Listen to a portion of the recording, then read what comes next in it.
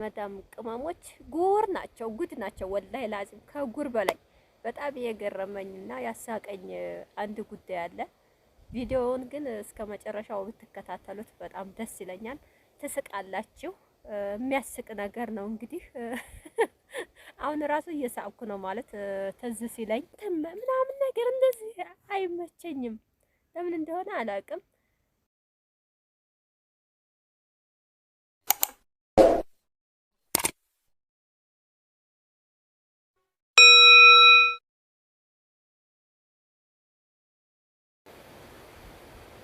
አሰላሙ አለይኩም ወራህመቱላህ ወበረካቱ። ውድና የተከበራችሁ የመንሱራ ቲዩብ አድማጭ ተመልካቾቼ እንዲሁም ቤተሰቦቼ እንደምን አላችሁ?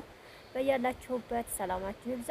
ሰላም ለሀገራችን ኢትዮጵያ ይሁን እያልኩ ዛሬ ተከስቻለሁ ማለት ነው። እንግዲህ እንደምታዩት ከጀርባዬ እንጨት ታያላችሁ ይሆናል አይደለ? የገጠር እይታዎች እያያችሁ ነው ማለት ነው። ያው አሁን ያለሁት ገጠር ነው ማለት ነው። ቤተሰብ ጋር ብቅ ብያለሁኝ። ዛሬ እንግዲህ የመጣሁበት ቪዲዮ የመዳም ቅመሞች የጠየቁኝን ጥያቄ ለመመለስ ነው። በምለቃቸው ቪዲዮዎች ብዙ አስተያየቶች አሉ። በጣም አመሰግናለሁ። አሁን ላይ እያበረታታችሁ ነው። ላይክ ሸርም እያደረጋችሁ ይመስለኛል። አመሰግናለሁ። አሁንም ከጎኔ ሁኑ፣ ገድፉኝ፣ አበረታቱኝ ማለት ነው። እናንተ ደግሞ ስታበረታቱኝ እና እኔ ለእናንተ የሚሆኑ ቪዲዮዎችን አቀርባለሁ ማለት ነው። ሀባይቢ እንግዲህ 3-4 የሚሆኑ ኮሜንቶች በተደጋጋሚ ተጠይቀውኛል ማለት ነው። የመዳም ቅመሞች የጠየቁኝ ጥያቄ ነው። ስለ ኢትዮጵያ ቤት ኪራይ ጠይቀውኛል። እንግዲህ የኢትዮጵያ ቤት ኪራይ ያው እንደ ቤቱ ይለያያል። እኔ በምኖርበት አካባቢ በሀይቅ ከተማ እንግዲህ ያለው የቤት ኪራይ ሁሉንም ቦታ ዘወር ዘወር ብዬ ባላየውም አንዳንድ ቦታ ላይ በምሰማቸውም በማያቸውም እንግዲህ ግቢ ከሆነ ውሃም መብራትም የተሟላ ከሆነ ስቶቭ በደንብ ተጠቅመው ሳይጨናነቁ 1000 ብር የሚከራዩ አሉ ማለት ነው። አሁን ቢሸናቁ አካባቢ እንደፈለጉ ተጠቅመው 1000 ብር ይከፍላሉ ማለት ነው። ያ ደግሞ ያው ለመኖሪያ ነው እንጂ አሁን ወደ ከተማው መሀል ከተማ ላይ የሆነ በቃ ለገበያ በጣም አመቺ ከሆነ ከዛ በላይ ይሆናል ብዬ አስባለሁኝ። እስከ 600-700 ብርም አለ ማለት ነው። ያን ያህል ባይባልም ያው ሰው እንዳቅሙ አይደል ፈልጎ የሚከራየው። ጥሩ ነገር የሚፈልግ ያው በጥሩ ብር ማለት ነው። እንደዛ አይቻለሁኝ። ያው እኔ ያየሁት ግን እስከ 1000 ብር አይቻለሁኝ። በቀድራቸው ልክ ማለት ነው። እንደዛ አለ ደግሞ ሌላ ቦታ ያለውን አላውቅም። እስከ 2000 ብርም ይኖራል። ያው የቦታ ሁኔታ እና የቤቱ ሁኔታ ስለሚለያየው ነው ብዬ አስባለሁኝ። እና የመዳም ቅመሞች ያየሁት ይህን ይመስላል ማለት ነው። ቃሌን እየያዘኝ ነው ካሁኑ ገና ሳላወራ እና ደግሞ 1-2 የሚሆኑ እህቶቼ የጠየቁኝ ጥያቄ በጣም የሚያስቅ የሚገርም ነው። በጣም የሚገርም ነው። በነገራችን ላይ የሚዲያ ሰዎች ስንሆን ብዙ ነገሮች ይከሰታሉ፣ ብዙ ጥያቄዎች ይመጣሉ ማለት ነው።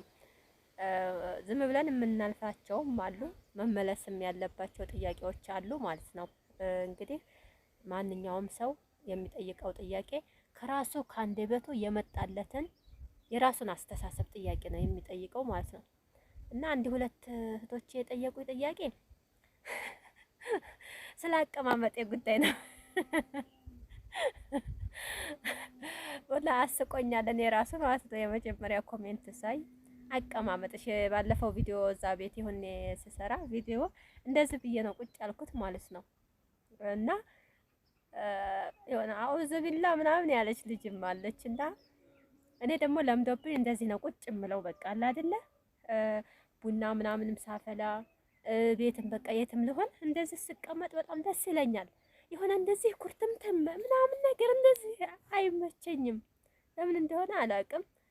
በቃ ወይ እግሬን ሲያመኝ ልቀይር እችላለሁ እንደዚህ ወይ ቁጭ ልል እችላለሁ እንጂ አብዛኛውን ጊዜ እንደዚህ ብዬ ነው ቁጭ የምለው።